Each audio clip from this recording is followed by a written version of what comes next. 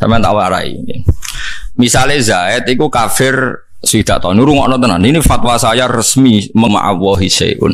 Karena tidak mungkin sesuatu bisa mengalahkan Allah. Sebab itu kemusyrikan 70 tahun ya akan sirna dengan kalimat la ilaha illallah. Karena tidak mungkin kalimat ini kalah dengan kekafiran di masa lalu. Pun sampean kudu yakin anu yakin, tapi ojo dadi fasik tak paham ya ojo dadi orang bariki aman fasik kae sementing lafadzno. Wah, lha iku jenenge fasik iku. Iku juga wong seneng Quran terus dadi fasik. Mulane wong seneng Quran kon ndonga waj'alhu li hujjata ya rabbal alamin. Allahumma ij'alil Qur'ana hujjatan lana wa la taj'alhu hujjatan alaina. Karena ada potensi kita justru dapat laknat karena kesalahan mengkhidmati Quran. Sama, kita jangan sampai mendapat laknat justru karena kita memanfaatkan la ilaha illallah. Jadi semua ilmu itu kan potensinya hujjatan lana, menguntungkan kita, atau hujjatan alaina. Wah, jadi wong alim itu potensinya manfaati wong mulang, tapi potensinya jadi ahli neraka. Terus koyo raja didang-diding ngongkon wong, nek ora gelem dipasutno kuala. Semua atur-ngatur wong alor ngidul. Nah orang wani guru kualat ngono terus kegiatannya. Iku wong alim tafsir ono ribet ya. Tapi nek wong alim ikhlas tenan semua lang bar yo bar wis urusane dhewe-dhewe sing ngene mulang yo tugas. Kowe bar mulai yo tugas, menenjen kongkon bojomu nek ora mulai yo wedi macam-macam. Wis ngono ae ora usah. Hanya ikhlas ya angel Kang, tapi dilatih ikhlas itu ya angel. Mulane jare Sufyan Ats-Tsauri kan apen ikhlas mulang terus bariku lali wis. Nah iso aja kenal muridem. Sufyan Ats-Tsauri ku wong sing mau kenal jenenge muride. Kenal jenenge mau takoki lha kenging napa? Aku nak kenal iku mari kepikiran ngongkon. Dadi nak mulang bar mulai. Pak Ustad kula jenenge iki lali deh. Mulane tahu ndekne iku kelaparan saking sing kelaparan ra iso mangan niku mororatan jaluk duit wong takoki kowe tau ngaji kula sinten yang mriki sebutan ati ngaji jenengan nak ngono aku aja nulung aku kuwatir ku imbalane kowe ngaji aku anti ngono saking wikine sinten Sufyan Ats-Tsauri suatu saat ini kecemplung sumur ya sumur gak ono banone ya kecemplung sumur tapi ya ulama yo kadang dimulehno pangeran yo tulung wong ora ono sing nulung tolong kowe tau ngaji aku nggih nate ojo agar wong wajan kabeh wong nate ngaji dene sesuk ana murid sing pinter golek wong beduwi ora tau ngaji iku lho guruku kecemplung ya ditulung sing tau ngaji gak gelem beduwine teko ayo tak tulung kita tau ngaji aku nang kowe ora ngaji bareng ya terus ditulung. Jadi uang Joko ikhlas itu nganti ngono. Mulane kula jenis kiai sing ra seneng kenal sampean, ora ditakdir Mustofa ketak-ketak raine ngono. Niku mutor niku napa? Mutor. Lah ora kenal piye ketak-ketok suwe-suwe ora kenal darani pelupa. Dadi akhirnya terpaksa kenal. Tapi niku mutor napa? Mutor. Mergo terjawi Sufyan Ats-Tsauri ngandani Imam Syafi'i. Kowe hasud mbek wong ya mesti wong sing mbok kenal. Engko kowe kecewa ya mbek sing wong sing mbok. Kowe iso kecewa mbek wong sing ora kenal. Kowe iso nuntut mbek wong sing ora kenal. Lah nak kowe dadi guru rawan kecewa ya carane aja kenal. Nak kuwatir nuntut carane aja kenal. Mergo awal nuntut mbek kecewa mergo kenal. Nah, tapi wong kok nglakoni kok Sufyan Ats-Tsauri ya ora iso. Kulo wis paro-paro ngono. Ya tapi murid ke kenal kabeh mesti mbok organisasi. Kadang nggih kegiatan terus ngambil selisih semacam-macam. Mbok haramno iku halal, mbok halalno iku dadi kegiatan. Ya akhirnya kene yo menengah wis. Mbok kono Gusti lana amaluna walakum amalun mbok terserah pangeran. Tapi banyak ulama sing jaga keikhlasan sampai kados sinten Sufyan Ats-Tsauri. Yang kedua Uwais Al-Qarni itu masyhur. Uwais Al-Qarni kalau ketemu orang terus dia diketahui wali yang paling afdol saat itu kan Uwais Al-Qarni, itu hadis sahih afdalul qurun Uwais Al-Qarni. Itu Sayyidina Umar itu dipesan Nabi, ya Umar, suatu saat di antara umatku ada orang yang doanya mustajab. Dia namanya Uwais Al-Qarni. Dia orang Qoren. Dia punya ibu, dia tidak haji karena ngrumat ibunya. Nah terus saya tahu dia karena apa ya Rasulullah, alamatnya apa? Dia punya baros, punya penyakit begini-begini yang dihilangkan Allah kecuali mau dirham, kecuali satu keping mata uang. Pokoknya dikasih alamat terus akhirnya Uwais Al-Qarni itu diketahui oleh Umar ketika dia haji. Jadi wong nak dalile fakir wanut Uwais Al-Qarni fakir lah niku napa? Haji eling-eling fakir lah niku napa? Haji ora kok koyo fakirmu terus bener-bener fakir maksudnya terus. Ya Jumatan ae nak fakir. Ben kajine wong fakir napa? Tapi masalahnya sing sugih lah berkaji ya Jumatan. Dadi tetep kalah pirang poin nih. Lah nek nak ben menang wong sugih rasa Jumatan kuwi wis kaji tenan kok. Jumatan yo repot. Walhasil terus Uwais Al-Qarni itu jari Umar, kamu sering kesini kita saling berdoa. Uwais Al-Qarni tidak mau. Kalau saya sering ketemu Anda, saya pasti mudahanah kakean basa basi. Sudah ini pertemuan kita terakhir. Dan saya pastikan saya meskipun tidak ketemu Anda, saya tetap mendoakan Anda.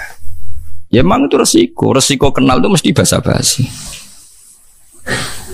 Itu ulama-ulama dulu. Kalau sekarang wis taqabbalallahu minna minkum taqabbal ya kan wis macam-macam. Tapi kegedeng ulama itu iso gedhe kowe laruwe apik. Kowe tak melok ngritik ulama lha kowe sapa? Wong kowe ora ulama ya ora apik. Nak padha ulama ngritik ya ben saling kontrol itu bagus. Mulai dulu ulama itu saling enggak sama. Mergo ikhtilaful a'immah rahmah. Misalnya sampean tak bedheki. Ini yang sensitif, yang urusan selingkuh. Ada orang zina, Zaid zina sama Sri misalnya. Sebelum nikah sudah kumpul kebo. Terus kemudian Sri itu hamil. Kalau menurut Anda itu Zaid rabi dengan Sri sebelum hamilnya lahir itu boleh apa enggak? Enggak kalau ada di sini. Kalau pacaran kecelakaan hamil itu dikawinkan apa enggak? Dikawinkan kan ada di sini. Oke, setuju Mas? Setuju hamilnya atau setuju kawinnya? Apa? Oh, dikawinkan. Wedi dia. Setuju mah? Dikawinkan. Itu alasannya masuk akal. Nah, dikawinkan tuh harus sama yang menghamili atau orang lain? Menghamili itu dikawinkan. Kalau yang menghamili minggat, boleh nggak dikawin orang lain yang tidak menghamili? Nah, semua nggak boleh. Nah, cara kamu, Mas? Boleh, cara saya boleh. Cara kan? Nggak boleh. Yakin? Loh, kada, dek lagi ngono bingung kok. Mulane mergo khusuk iku tadi. Semua ulama itu berpendapat boleh. Karena orang yang hamil tanpa nikah sahih itu tidak punya iddah. Iddah itu kalau ada nikah sahih. Kalau ada nikah sahih maka iddah. Nah, dengan dia kawin itu artinya Anda menjadikan dia yang punya tradisi seks bebas, maniak seks, menjadi seksnya syar'an karena nikah. Nah, kalau alasannya halal itu karena supaya tidak zina, supaya nikah, dinikahi yang menghamili atau enggak itu sama-sama boleh karena supaya cepat halal. Sama itu juga ulama fatwanya gitu. Kalau Anda menghalangi nikahnya dia, berarti Anda membiarkan dia dalam perkawinan kebo. Loh, kalau nanti ngalami loh sebagai kiai. Misalnya begini, ada wali murid, walinya nikah, sowan saya, Gus, saya ini punya anak. Sekali-kali tak ajak senam fikih, zaman ngaji tasawuf, mau kena anda leloh dakhalal jannah, wes yakini tapi rasa fasik. Gus, saya itu punya anak di Malaysia, gini-gini sudah pergaulan bebas, sing lanang bawa Malaysia, bawa Batam, Gus aku ora roh, raine ora roh. Pokoknya walhasil iku saniki anak kula sadar yo ngawekno. Dia datang ke saya kalau nggak salah itu hari Senin. Ya wes saiki dikawekno tak. Sing lanang ngono, wonten Gus. Kowe bapake asli? Nggih, kula bapake asli, bapake cah wedok. Ya wes kawin saiki. Tolong dinongkas lho Gus kawin ya siap-siap. Nak sok kemis aku dosa gede. Saiki nak gelem. Pas niku kula badhe jamaah asar. Terus kula ora sida jamaah. Gak usah jamaah saiki kawin. Kok ngene Gus kok aneh. Kowe ora rasane didongalim blok-blok sanot ta. Kalau teorinya sama seperti itu. Dengan dia tidak kawin kok gandengan meneh, gonjekan meneh, iso wae bengine kelon meneh. Berarti Anda menzinakan anak itu dalam sekian jam. Dengan kamu kawinkan saat itu kelone kok bengi wis halal. Goncekane kok sore golek bakso wis halal. Sampai seperti itu resikonya jadi ulama. Yo loro tenan dadi ulama. Dan itu antar ulama ma'ruf tahu. Jika antara ulama punya sandi, ono wong dikon kawin ngono kok dijanjeni seminggu gelem, mesti antara ulama ngerti, mesti goblok. Iya, kalau Anda memberi waktu seminggu, artinya membiarkan dia dalam seminggu. Iya, kalau sampai kelon ya zina, nak ora ya haram. Kowe bayang kok segala to, Mus. Udah terlatih sudon, jadi. Ya nak zina tenan. Artinya kan antar orang alim tahu, misalnya ada orang kok jawab, ya nggak apa-apa seminggu lagi. Wah itu antar orang alim mesti F-nya adalah berarti ada waktu seminggu yang dia mungkin malamnya kelon lagi, atau kalaupun tidak kelon gerudak-geruduk lagi. Dengan kamu kawinkan saat itu, dan semuanya mungkin saat itu, karena yang minta walinya cawe itu, sing lanang wis gel, kan tidak ada hambatan sama sekali. Lu kalau kelas sampai jamaah ras itu, mun komat nih, lu kes buat jamaah rian, aneh-aneh gitu kan. Saja nih gak apa-apa, saya ke ekstriman gue jamaah sih, gak apa-apa, karena rino-rino tak apa-apa maksud. Tapi nak ngliwati sewengi bahaya kan? Bahayanya adalah di malam itu ada kemungkinan apa mas? Dene tak jasudan pinter, terlatih. Wong alim, makanya antar wong alim mesti konangan, gak iso kang antar wong alim ketutupan. Pemene teng Rembang wonten sarang wonten lasem akeh wong alim-alim. Dadi antar wong alim ketahuan betul. Mulane antar wong alim duwe sandine. Piye terus diputusno piye langsung kawin ya alim berarti. Wis udah ngerti. Mulane kowe tiru ibu-ibu paling gak kan wah berarti alim. Itu yang kalau yang menikah itu yang menghamili itu disepakati ulama boleh. Tapi tadi kan ada masalah yang kalau yang nikah itu orang yang tidak menghamili. Itu rata-rata mazhab kita mengatakan boleh-bolehnya karena mengakhiri zina. Ya soal anaknya tadi, bahkan di kawin yang menghamili pun tidak nasab ke bapaknya karena produk tidak nikah apa? Tidak nikah sahih. Nah itu pertanyaannya ya seperti itu. Tapi kalau yang dinikahi orang lain, memang banyak ulama mengatakan jangan. Tapi artinya jangan itu bukan berarti tidak sah. Jangan itu sebaiknya jangan. Memang ulama kadang yang ngeper muni ora komuni rasa tapi bilang apa? Jangan. Jangan tapi nak kayak ini malah dicurigai itu. Lho nak wonge ayu kan bahaya kowe dicurigai elek ra apa wis. Jangan piye kan gak jelas.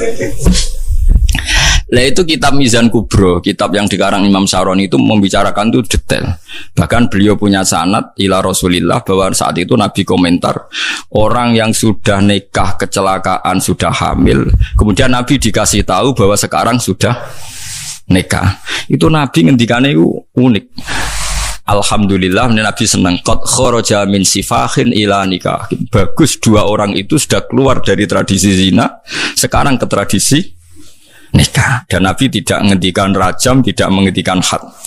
Itu menunjukkan bahwa tidak semua dalam sejarah Islam itu semuanya diperlakukan sama.